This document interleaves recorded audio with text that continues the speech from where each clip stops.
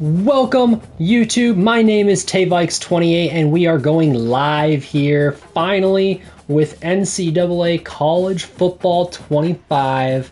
I cannot believe that it is finally here.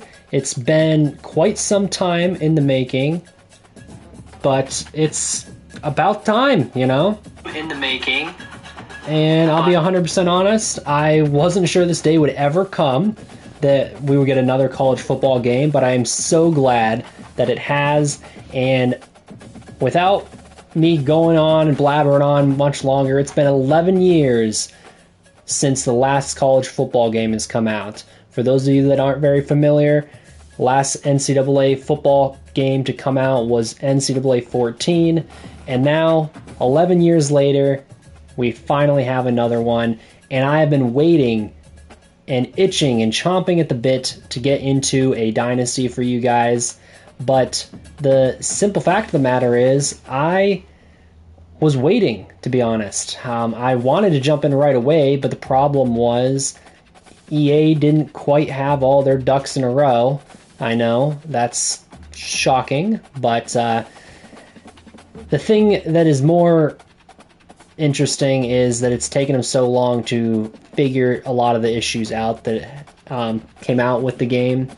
So not all of them are fixed, and hopefully we don't run into too many of them here, but I'm going to jump into things here and explain what we got going on. So we have the St. Cloud State Huskies Dynasty. That's what we're starting here today, and your coach in this is going to be Dylan Hayes. I'll give you a little bit of background information on him in a minute, but before we get into that, I want to explain what the St. Cloud State Huskies Dynasty is going to be and what this is going to be trying to be like, all right? And it might change over time depending on how things go, how we feel like the game is going, and if we want to change things, you know, because it's a fluid Dynasty. There's nothing set in stone necessarily, but we're going to start this thing out much like my Toronto Huskies franchise on Madden 20, where it is going to be a sim-based series. What I mean by that is I will not control the outcomes of these games. We'll be putting a roster on the football field and just seeing what happens. And I think that it's going to be a lot of fun to be able to recruit these players, see them out on the football field, and be able to see all of our products come to fruition. But before we get into any of that, I will start out by giving you a little bit of background information on our head man at the top, Mr. Dylan Hayes. And also, I want to give you a little background information on who is St. Cloud State. You might be wondering, what is St. Cloud State? Is this a real team? Is it made up? It is a real not a football team anymore. Let me explain that real quick. So the St. Cloud State Huskies are a real college based out of St. Cloud, Minnesota, and it is a college that, to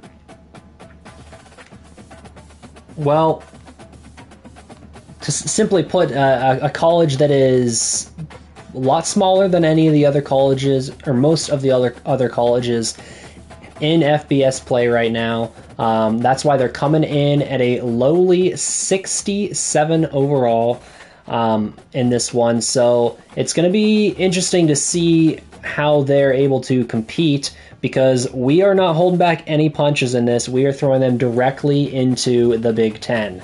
So that's going to be something to keep an eye on. But the other thing is, the conferences are a little different than normal. I'm going to show you the conferences and a few other things, but I want to tell you what St. Cloud State is. So it is a smaller college, like I said, based in St. Cloud, Minnesota, and the rivals to St. Cloud State in this will most likely be the University of Minnesota as the big team in state. Wisconsin could also become a rival for us, and anything else that naturally progresses as time goes on. Now, I did unfortunately have to replace Northern Illinois, so sorry Huskies, but we replaced you with another Husky, so at least hopefully that softens the blow a little bit. But in order for us to get St. Cloud State in here, we can't just put a team in, we have to replace a team, and Northern Illinois was as close as we could get to Minnesota, so we went ahead and did that, and then moved some, like I said, moved the conferences around a little bit to get them into the Big Ten, and I'm just really excited to see how this all pans out. And in terms of our head coach, I will go ahead and tell you guys a little bit about our head coach, because at the end of the day, that is kind of the whole point of all of this, is seeing how this head coach can develop this team. And so before we get into that, I want to real quick share this stuff on Twitter so I can get as many of you guys out there as possible.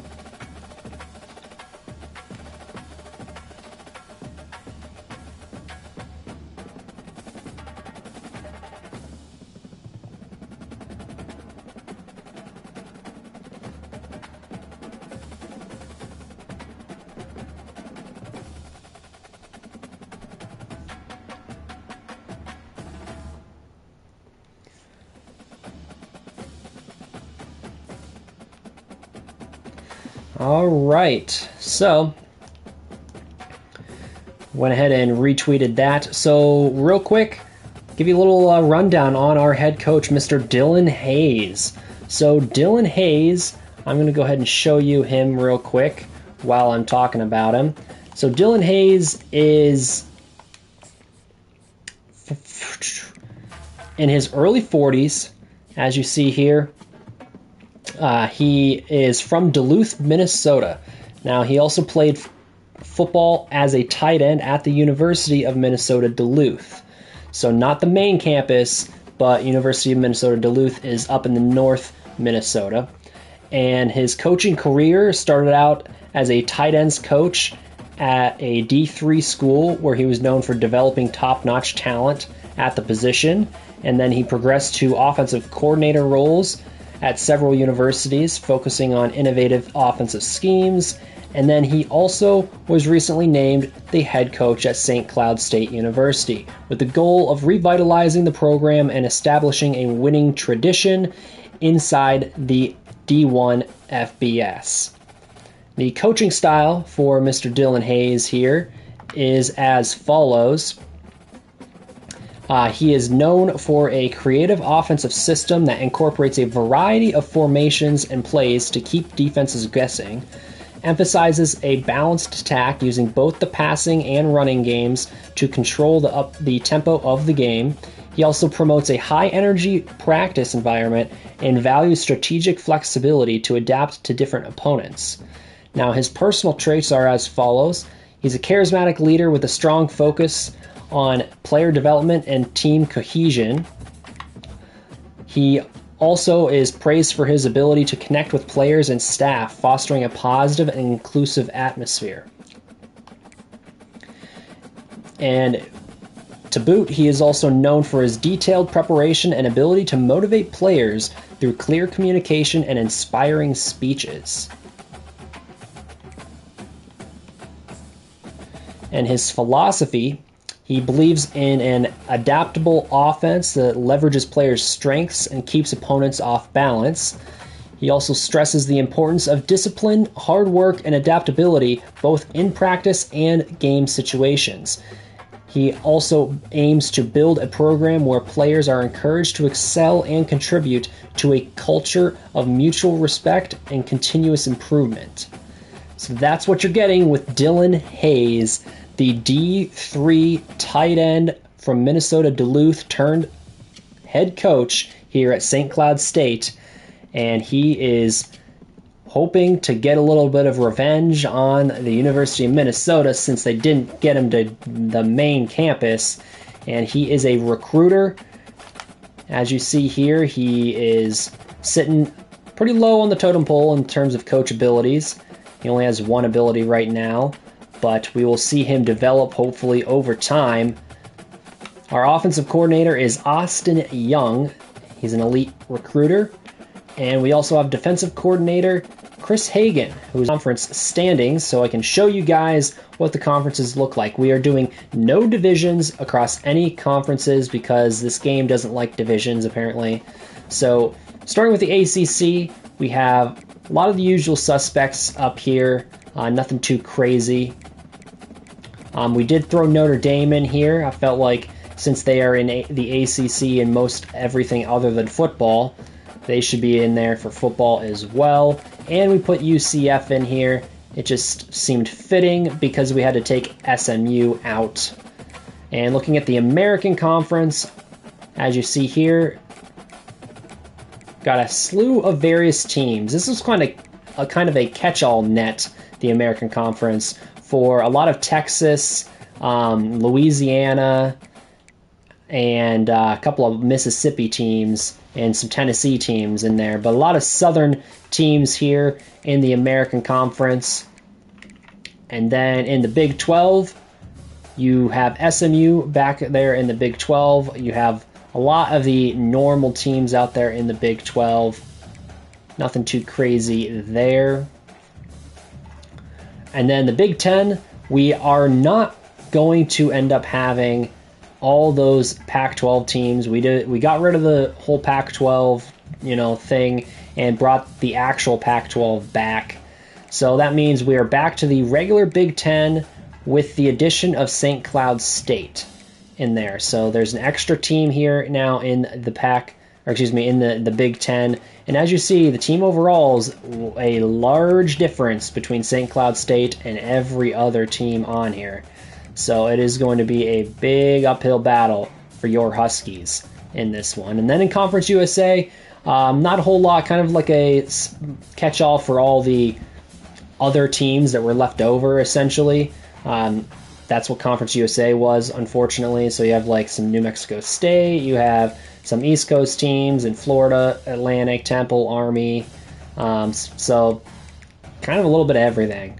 And then the independents, we kept it just UConn and UMass up there. And then the MAC is regular old MAC, with the exception of Marshall being in here instead of Northern Illinois, because we had to get rid of Northern Illinois, and Marshall seemed to be an alright fit for this conference.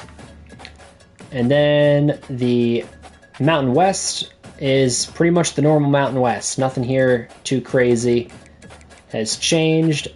And then the Pac-12 is the normal Pac-12. That's right, the Pac-12 that we all know and love, not the Pac-12 where we have two teams in it. We're not doing the Pac-2, we're doing the Pac-12 here.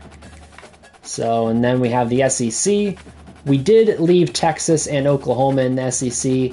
It seemed like it made a lot of sense to have them in there.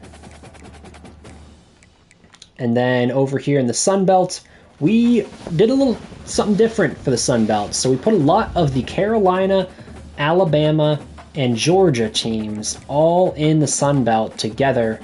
So they all the lower tier teams, that is, all here together so they could battle it out at a pretty even playing field for the most part. You have a couple of stronger teams out there like Liberty and App State, but for the most part, it's a pretty even matchup across the board for the Sun Belt title. And that's what we're looking at here for the conferences. And now we can go ahead and look at the custom schedules. We may run into an issue with custom scheduling down the road. We will have to wait and see. Hopefully not. I hopefully have found a way to work around it. But in the meantime, this is what they gave us. We have all of our conference games in a row to start the year. The first, 10 weeks of the season are all dedicated to that, with 2 bye weeks thrown in there. And then 4 non-conference games to finish the year. So our 4 non-conference games, we tried to get us some games that were more on our level. Western Michigan, you have Coastal Carolina, Kennesaw State, and Central Michigan. So these 2 teams are new to the FBS along with us. So they'll be kind of teams we can look at as possible ways to gauge our competitiveness. And then we have Western Michigan and Central Michigan, who are some MAC teams that could kind of on our level, as well as, actually they're still a little bit better than us, but what is nice about them is the fact that they're also close to Minnesota, so it makes a lot of sense for us to play them. But other than that, we have a tough slate of games here. We got Indiana, Michigan, Illinois, Penn State, Iowa, Maryland, Ohio State. No Minnesota, though, on here, I see. So hopefully that will change sometime in the future, but we will have to wait and see. But 3 ranked teams and 3 in the top 10 to boot. So that's going to be a tough go here for your Huskies. But that's what we're looking at for custom schedules. And now let's look at the recruiting board. I put some guys out here. We have 35 targets on the board. We will start at the top here, and we have a couple of 4-stars that we've thrown out here on the board. We are going to go ahead and just show you the scouted ones here. And you can see there on the right hand side what they look like. And as time goes on, you will see how these players develop in terms of where they end up on our board, if we end up getting locked out and various things like that. But on the left here, you can see top 10 is where they're at currently. So they don't have anyone necessarily locked out yet. But as you can see, and you have top 8, top 5, and top 3 across that bar under their name, and once they reach one of those sections, that means everyone else outside of those levels are locked out of them. So if they hit top 8, then if you're not in the top 8, you get locked out of the player. So it's pretty self-explanatory. But on the left hand side, under the stars on here, you will see it says top 10 and then INT with a couple of lines. So that is the initial ranking. Okay, so where do we rank currently on them? So this guy is 4-star. We aren't even on his board. He has no idea who we even are, probably. And that seems to be the case for a lot of these guys, except here's a 4-star. We're 10th on his board. All right, and there's different ones like that, like this quarterback, this 3-star quarterback. We are already 5th on his board. So that's one of those guys we're going to have to keep an eye on. Maybe we can bring him in the future and have a quarterback of the future. But as you see that little diamond there, that green gem, that means he is, well, like I said, a gem. Whereas if you see one of them that has this red X, that means they are a bust. So that doesn't necessarily mean the player's not good, as you will see here. He's still a solid player, but maybe the development trait isn't as high. Maybe he has normal development trait instead of, one of the higher development traits. Maybe he has, fewer abilities. Whatever it is, he can still be a good player while being a bust. He just may not have the same extra little incentives to bring him in like this quarterback might.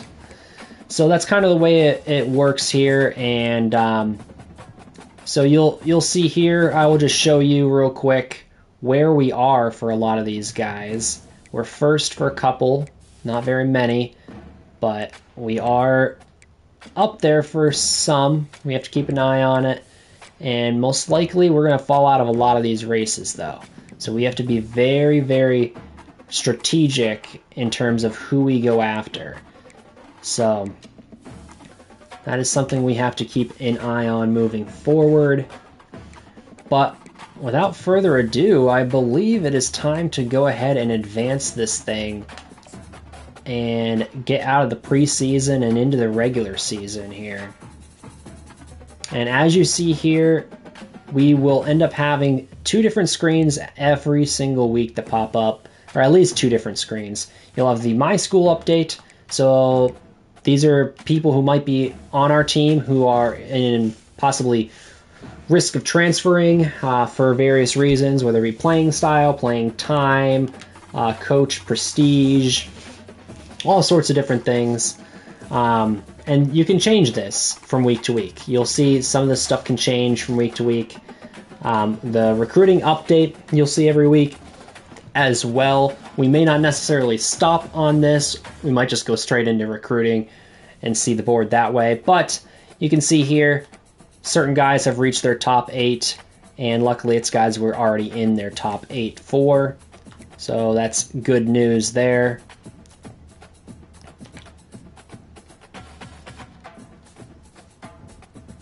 And we're going to start this thing at week number 0. They have a week 0 in this. Not sure why they do that, but they do. So I'm going to go ahead and jump into the recruiting, though, so we can continue to try and scout some guys and figure out what it is that we need.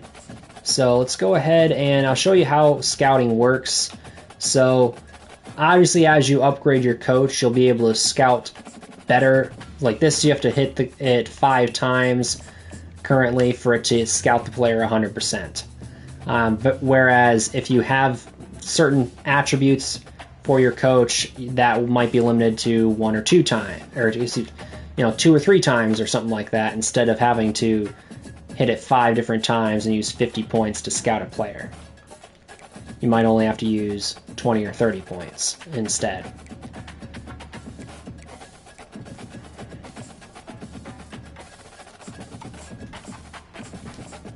So I'm going to go ahead and scout some players so we have a better understanding of what our board actually looks like. We're going to also offer some scholarships, because in order to even try and recruit a player, you have to offer him a scholarship in this game.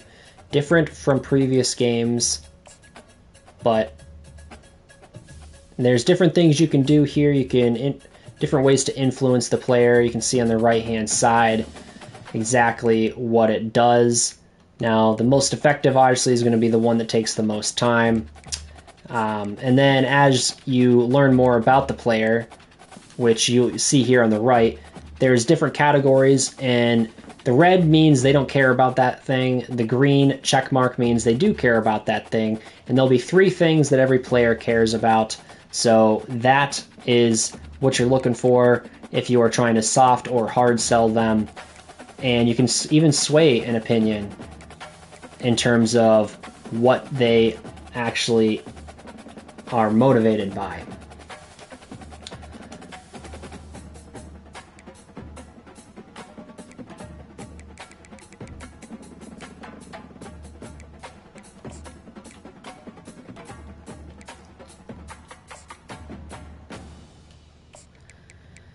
So we're going to go ahead and see if we can't get some of these 4 stars to maybe come take a gander at our school.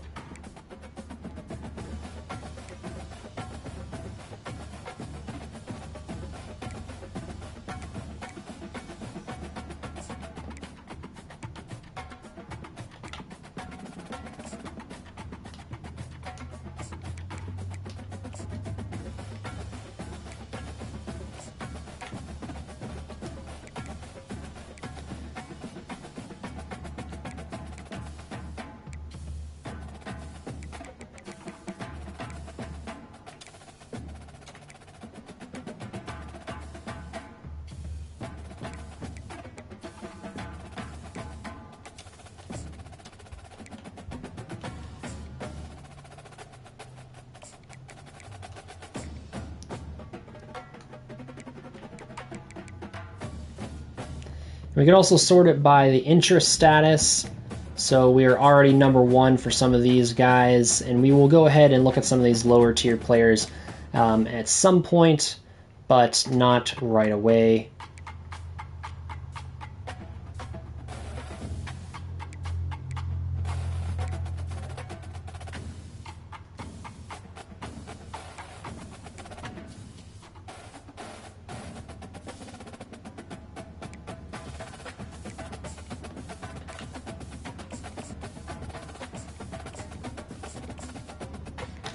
So like right there, you saw that gem pop up on screen. That means he is obviously a gem, and will provide us a little bit of maybe incentive to come get him versus some of these other guys.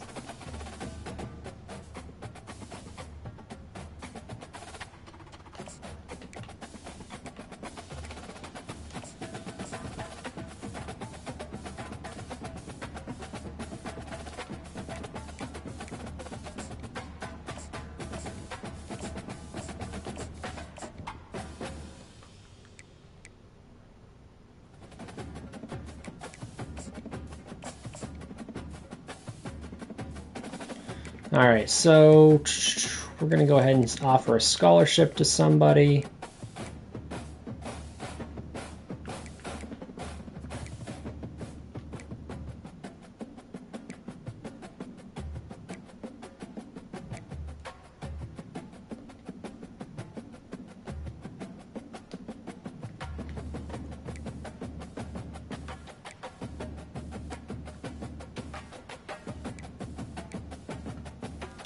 All right, so we're going to offer a scholarship to this defensive end, 4-star, see if we can get ourselves into the race for him.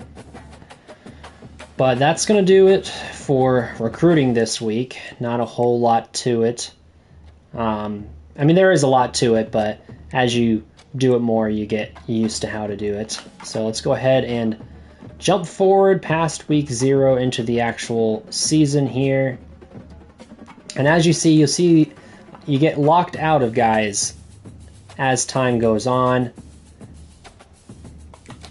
And as you see there, we got locked out of a couple of players. So we will have to get them off the board because there's no way, at least here at the very beginning of a dynasty, there's really no way to unlock a player. I don't even know if there's a way to unlock them as time goes on. There might be one of the abilities that we can get, but I have no idea. Haven't really gone that far into it. So let's do our recruiting real quick. What I do for these players that we get locked out of, I just immediately remove them, and then we're going to add some more players to the board who we have a chance to get.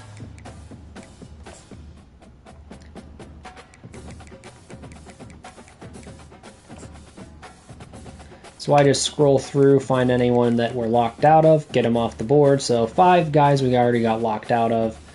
But as you see, we're jumping up and into the race for some of these other 4-star players.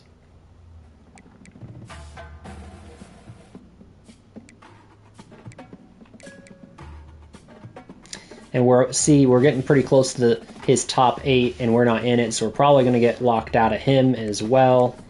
So it's kind of strategic as to who you want to go after.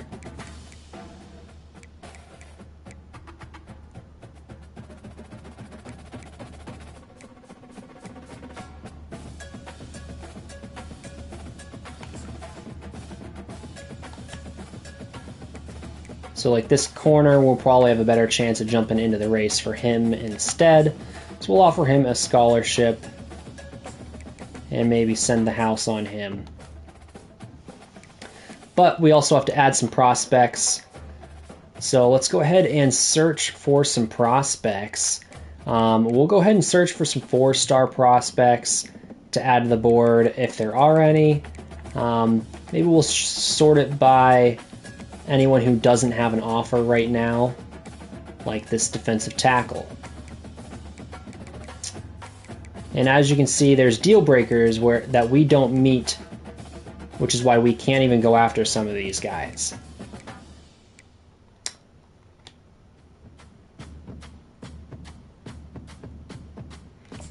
Now that tight end we'll go after.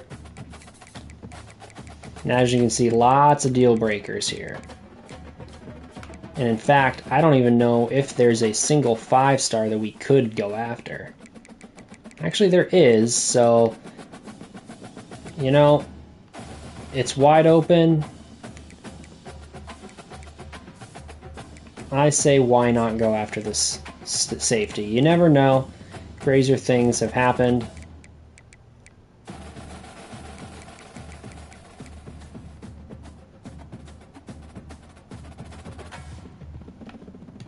And let's go ahead and look for some 3-star prospects as well. Now we do need a quarterback, so let's go ahead and throw this guy on the board. And we also need some outside linebackers. And now our board is full once again. So let's go back to the national rank here, and we're just going to offer the guy a scholarship without even looking at him. and we're going to send the house. Because he's a 5-star. So even if he is a bad 5-star, it is still going to be better than most 3-stars. So a bad 5-star is still better, I say, than most 3-stars, because there are some that are pretty impressive 3-stars. But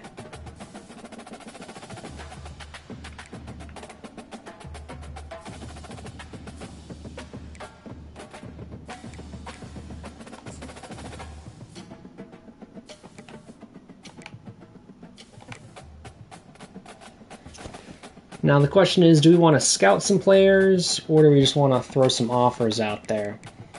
And honestly, I'm thinking we might want to just throw some offers out on some of these guys to keep us in contention.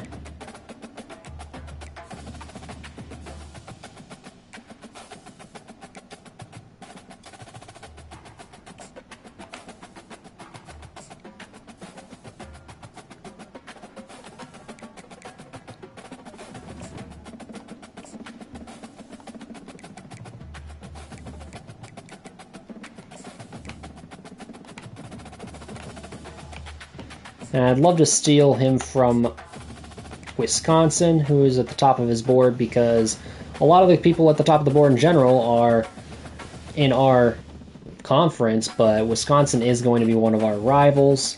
So if we can steal someone from a rival, that is always a win.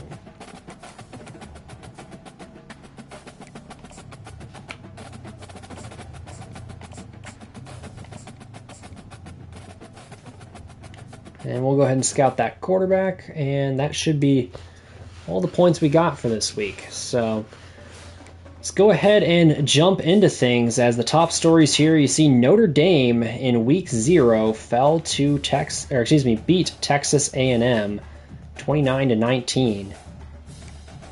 So let's go ahead and see if we can upset Indiana.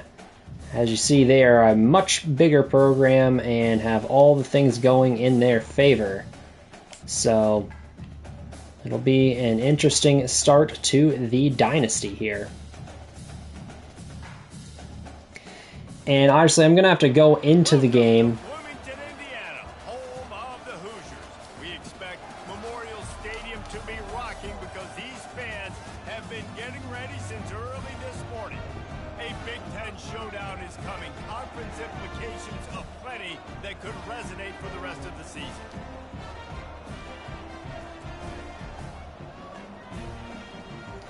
And you heard him there. We are going to have some conference implications here for sure in this one. But we're going to have to pause things because I don't want to be talking over the announcing team. So we're going to go to the settings and do some volume control. And in-game commentary, we're going to just knock down to 0.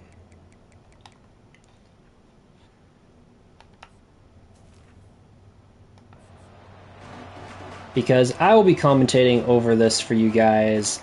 And to start this thing, we got to change the speed to slow. We're going to hit the play options to play key moments. And then our squad should take over from there. So your Huskies here are in Indiana and kicking this thing off. And it's going to be a touchback to start this thing. As you see, Elijah Surratt coming in here, as he is going to be the focal point of this Indiana offense, most likely. And they're going to start this thing with a handoff, and a nice run here to the outside, getting about 8 yards on first down, is Justice Elliott, I believe was his name. And now we're going to go with another handoff and trying to cut it up outside and powering his way over a defender for a first down. There is the running back. So now it is going to be 1st and 10 at the 35. And another good run here, getting about 8 yards again. And Justin Ellison once more. 2 carries, averaging 8 yards a carry on those. If you get 8 yards on every first down, it's going to be hard to stop a team. As we get a little bit of trickery here, but that is a nice play by the defense there, as I believe that was going to be a loss of 5 on that play.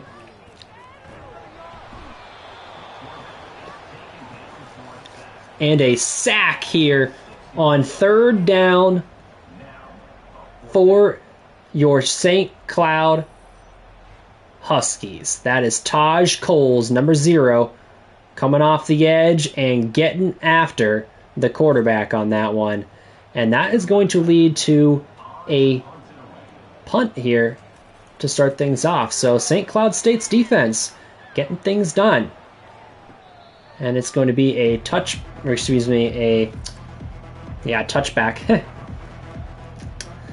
A fair catch called there just inside the 20. And yes, we will be skipping all the moments. So here at the 20, this is where your Huskies start things off, and they're going to throw outside, and that is going to be intercepted, and that looks like it's going to be a pick 6. First play is a 28-yard pick 6 to Cedarius Doss. Indiana's corner there, coming up big for them on the first play for St. Cloud State's offense in FBS history is a pick 6. He threw that with a lot of oomph. Felt like he was going to get that to his receiver, and then all of a sudden out of nowhere, the corner jumps up and just reads that like a book. So that is going to lead to Indiana taking a 7-0 lead here to start things off.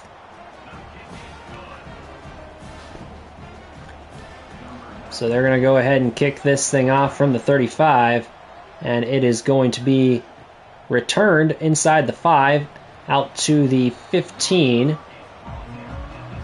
And that is where your Huskies will take over here for 1st and 10. Hopefully this goes a little bit better, as they're going to start off on the run, on the ground there with a run of about 3 yards for 2nd and 7.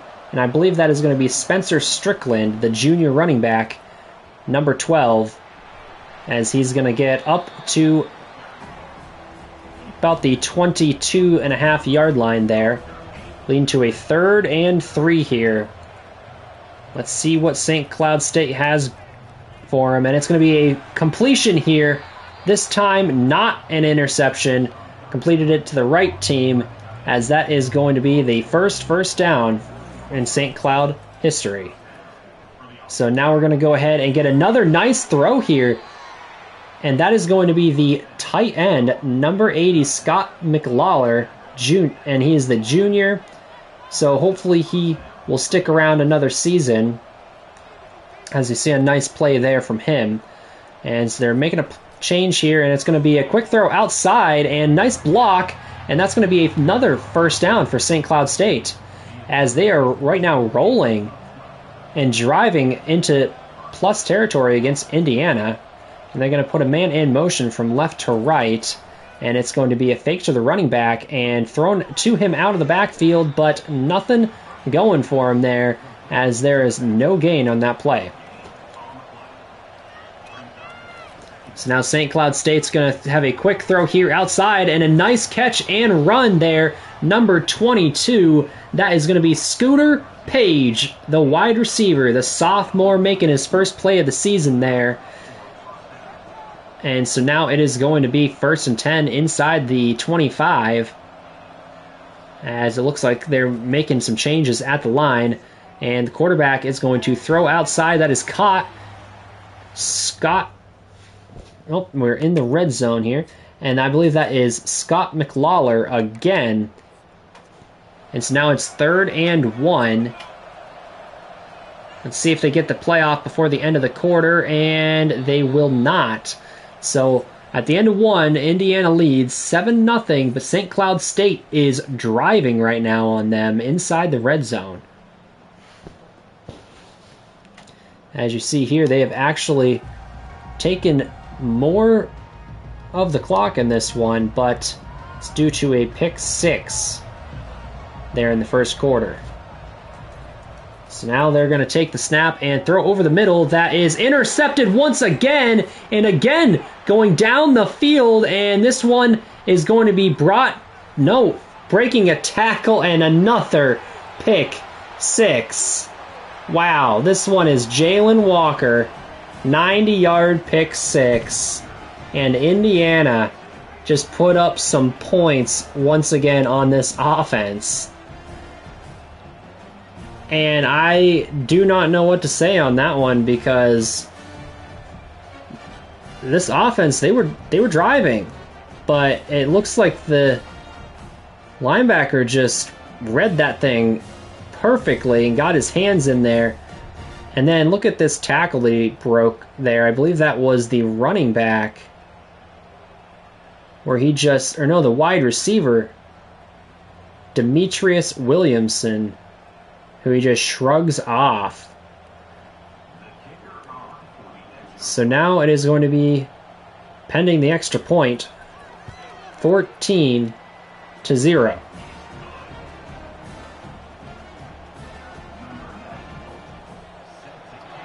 All right, let's see if St. Cloud State can right the ship here in this one, as they're going to have a touchback here to start things off. So at the 25-yard line, 4 wide here for the offense. And they are going to take a quick throw outside that is knocked up, very dangerous, but falls to the ground there for an incompletion. And that is going to set up a 2nd and 10 now, and a handoff. And this is a nice little run there, shifty run from the running back, Spencer Strickland. The junior is not necessarily the speediest guy, but he does have some pretty good vision there. So now it is setting up a 3rd and 2. And it looks like the quarterback is making some changes at the line, and it's going to be a run up the gut, and they're going to give that to Spencer Strickland and this offense. So that's going to be a 1st down, St. Cloud State. And it looks like we are changing some things here, as the quarterback takes the snap and throws underneath, gain of about 4 yards there on the right-hand side.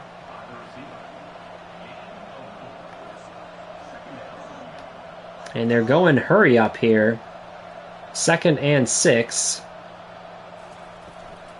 And another quick throw outside, and that one gets blown up in the backfield. Loss of 2 yards there, as that bubble screen had nowhere to go. It's now 3rd and 8. And it's going to be fake to the running back, but under pressure is the quarterback.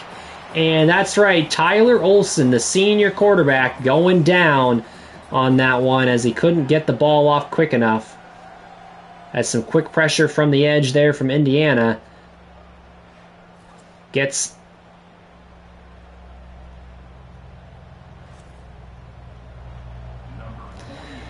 All right, so now it is going to be a punt here from the Huskies. And it's going to be returned from the 20, out past the 25 to the 29. And that is where Indiana's offense takes over. Which, last time we saw them, they were forced to punt it away, but this time, a completion outside for a 1st down.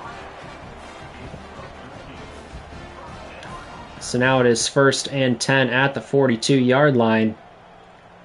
Putting a man in motion, and it's going to be a flip to him as he goes outside, breaks a tackle, and eventually steps out of bounds at the 46-yard line.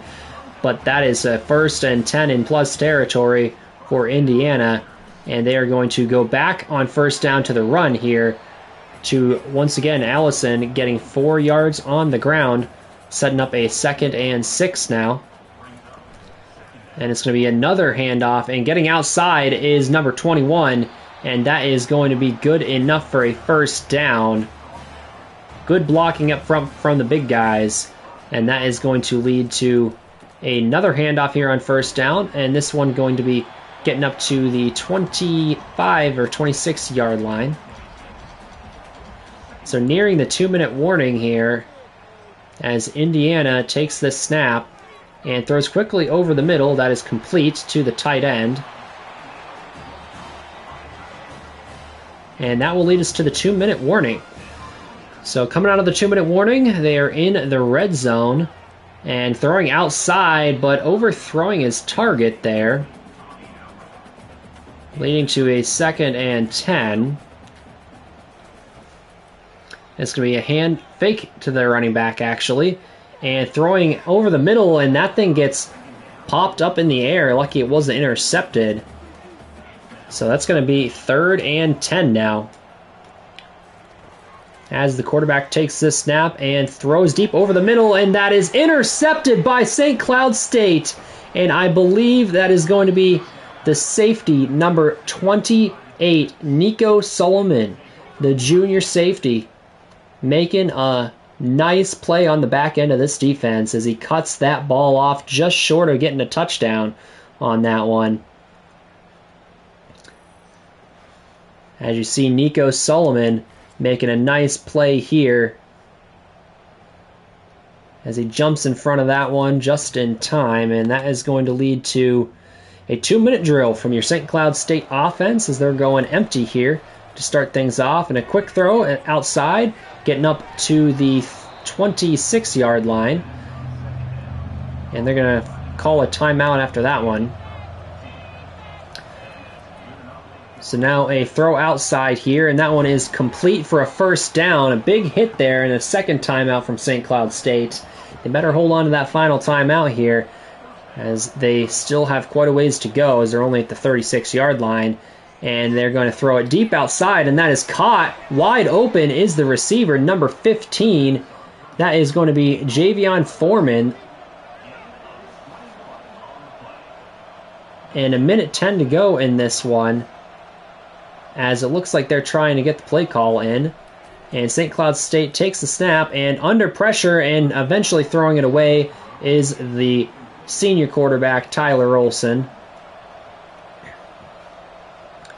So Olson's going to go ahead and take this snap on 2nd and 10 and have some time throwing it outside and getting it to his receiver for a 1st down. That is number 15, Foreman, once again, and getting down to the 23-yard line, and that is where they take this next snap, and under pressure, but getting the ball out and taking a shot deep, unfortunately broken up by the defense there. So now 51 seconds to go as Olson takes the snap and throws deep outside there, but unfortunately too far outside as that ends up floating out of bounds. So that is going to lead to a 4th and 10 here. And it is going to be a kick, but it is missed. That is the senior kicker, Ian Wells, unable to make that one. It looked like he had plenty of leg, but must have just been a little bit outside. So that means Indiana taking over with a 14-point lead still. 41 seconds to go in this half with a chance to put more points on the board if they can get a drive going. They're going to start off at their own 23-yard line, and they're trying to set up a screen and getting a couple blocks outside, getting up to the 34, and out of bounds goes the running back there. So now it is 1st and 10 at the 34-yard line. Quarterback takes a snap, throws outside, that is caught, and stepping out of bounds after a gain of 6 is the receiver.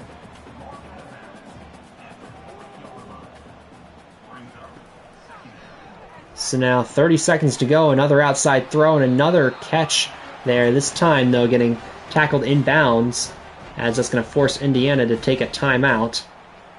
But they're already at the 49-yard line with 28 seconds to go and 2 timeouts. Indiana has a chance to get some points on the board. Quick throw over the middle. That is caught, but tackled in the middle of the field, forcing a timeout from Indiana. So now to 2nd and 2 at the 43-yard line. And it is going to be a sack here on 2nd down as the quarterback tries to step up in the pocket but goes down. The defensive tackle had no intentions of letting him get outside. So now it is 3rd and 6 as the quarterback throws outside and behind his intended target, leading to a punt here.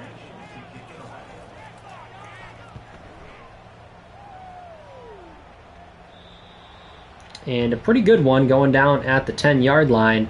So we'll have to see with 11 seconds to go, what will St. Cloud State do here? As it's just going to be a handoff to the running back. Gain of about 1, and that should lead us to halftime.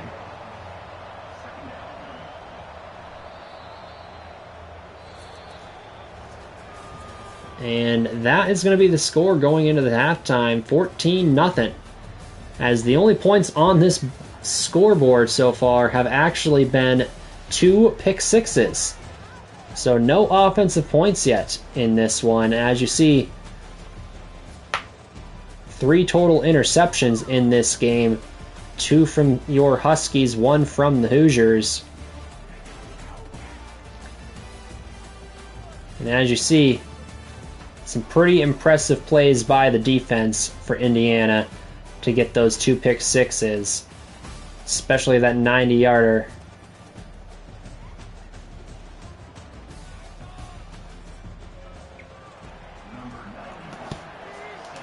Alright, so starting this thing off, the St. Cloud State Huskies are going to get this one for a touchback, as they're going to take over with a chance to cut into this lead here in the second half. And it's going to be a fake to the running back, and going up the middle, that is going to be a nice run there by the quarterback, Tyler Olson. So now it's going to be a quick throw outside that is caught, but nowhere to go for the receiver there. And they're going hurry up. So 2nd and 10.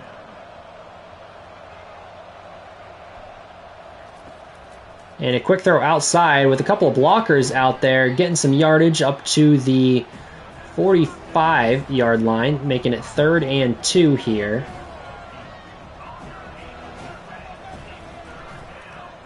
And I'm not sure what they were trying to do there, as that little pitch was swallowed up immediately, as the running back had nowhere to go, loss of 5.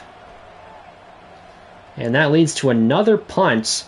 And this one is going to slide into the end zone for a touchback, as Indiana takes over at the 20-yard line. So now it's going to be a running back carry outside, and that is no gain, though, on first down. As the quarterback takes this one and hands it off, and a nice run here up the gut, number 21.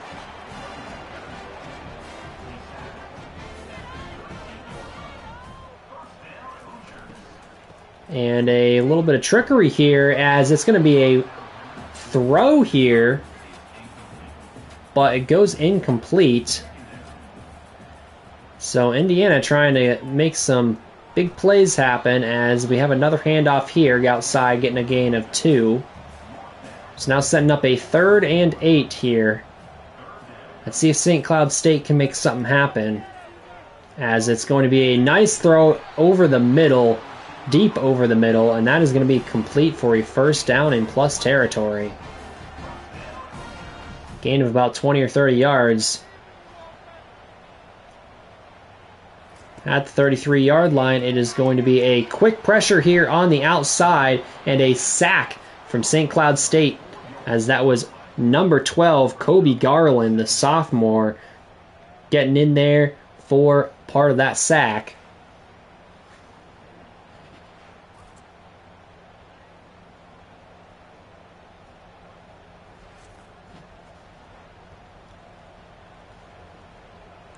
So now 2nd and 14, as Indiana is going to fake to the running back, and under pressure again is the quarterback, and this time though complete outside, gain of 6, as the receiver steps out of bounds.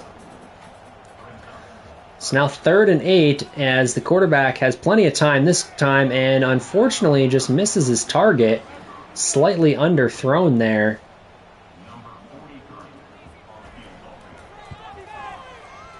So it looks like it is going to be a field goal here from Indiana, putting them up 17-0 over the St. Cloud State Huskies.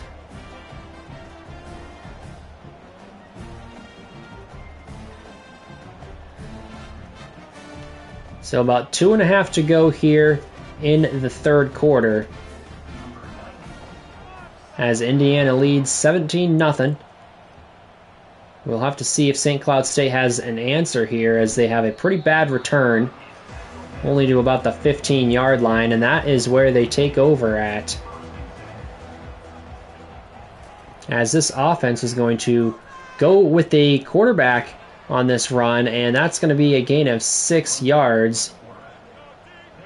Tyler Olson, not really known for his running ability, but doing what he can in this one. So now 2nd and 4. It's going to be a fake to the running back, and deep over the middle, that is caught.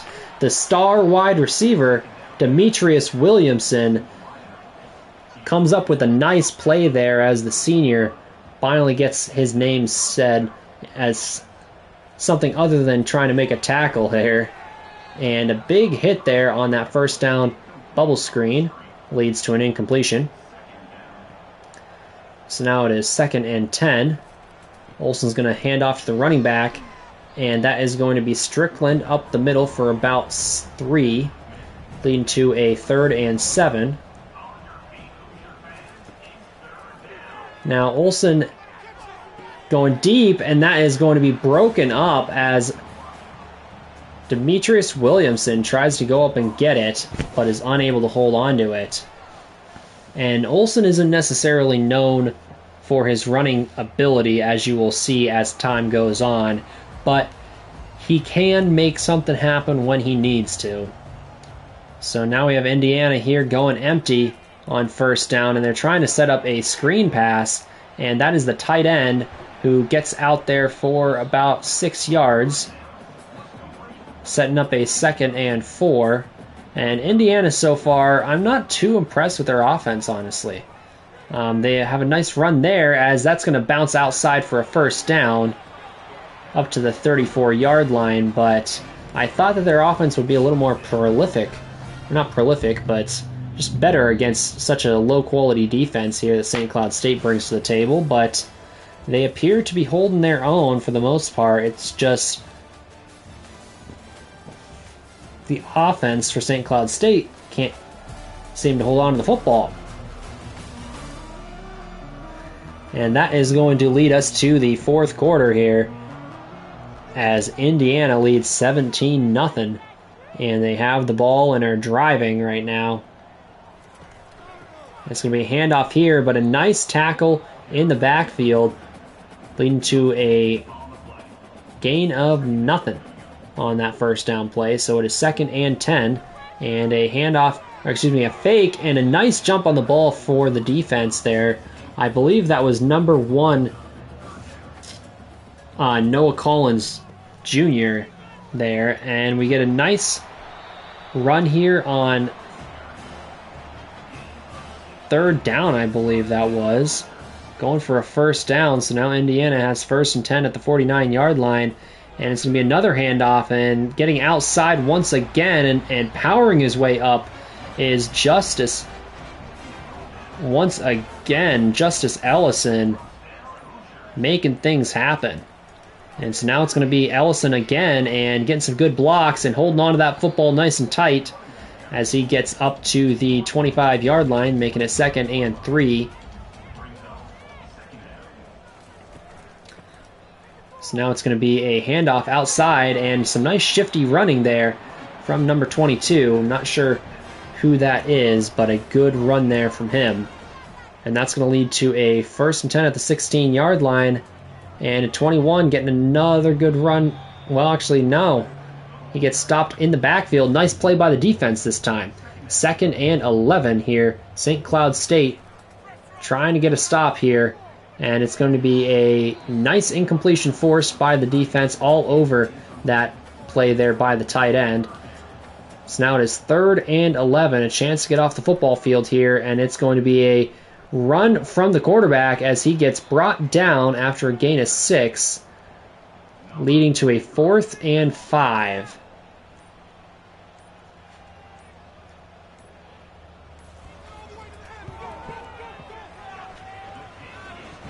As Indiana gets another field goal on the board, making it 20-0 in this one.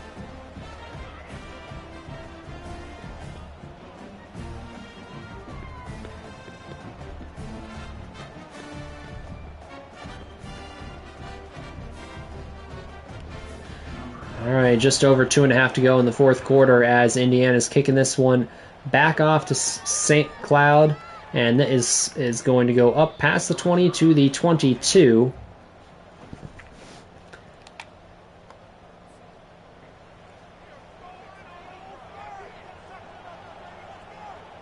And I'm not sure exactly what happened there. But apparently Indiana got the football back, as they now have the football inside the 5-yard line, 1st and goal. I'm a little confused as to what happened there. I didn't think that we fumbled the kickoff off, but here we are. So St. Cloud State is going to need a goal line stand here, as we get a nice tackle in the backfield there. That was number 12, Kobe Garland, once again. And 2nd and goal here, it is going to be another handoff, and this time it is getting into the end zone.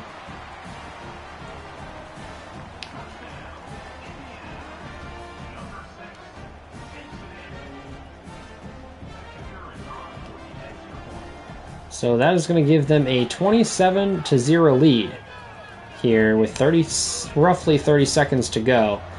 I'm still confused as to how Indiana got the football, but I guess we will have to look at that when we get out of here. And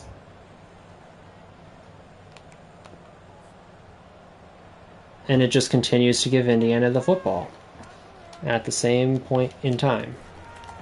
Alright, we're going to probably have to get out of this one. I'm not quite sure what is going on here.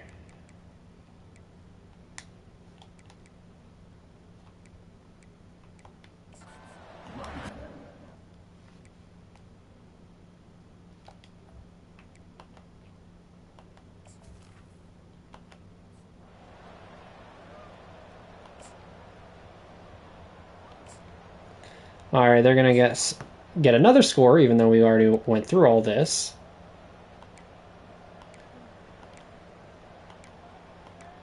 We're just going to sim to the end of the game here. Okay, so I guess they're going to call the final 34-0, but 14 of those points should be off the board, so it should be 20-0. But not really sure what's going on with that.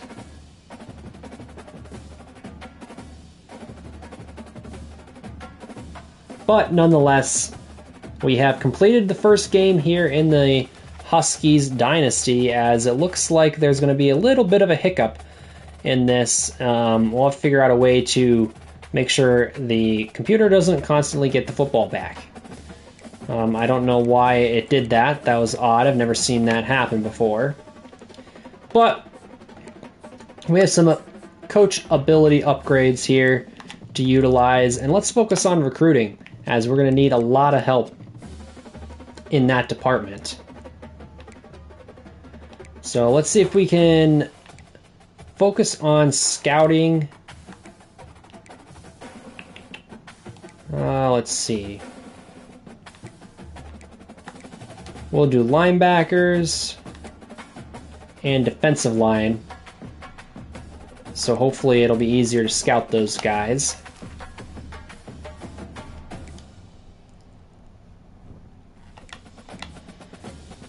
Alright, as you see here, we ended up falling 34-0 in our first game. And we're going to go ahead and advance this thing. Our recruiting is done.